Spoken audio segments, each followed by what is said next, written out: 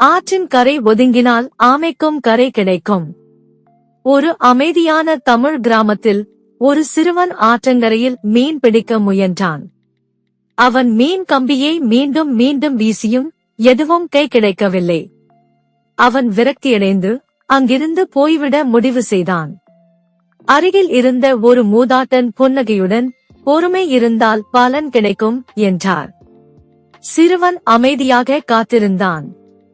சில நேரத்தில் அவன் கம்பியில் ஒரு மீன் சிக்கியது. மூதாட்டன் சிரித்துக்கொண்டு, பார், ஆமைக்கு போகும் கரை எப்போதும் கிடைக்கும் என்றார்.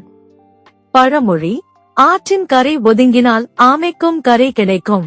பொருள் நெறி: பொறுமையும் நிலைத்தன்மையும் இருந்தால் வெற்றி நிச்சயம். முருகப்பெருமானை நம்பினால். சேனலை லைக் செய்யவும், உங்கள் எண்ணங்களை கமெண்ட் செய்யவும், வீடியோவை பகிரவும் மற்றும் சேனலுக்கு குழு சேரவும்.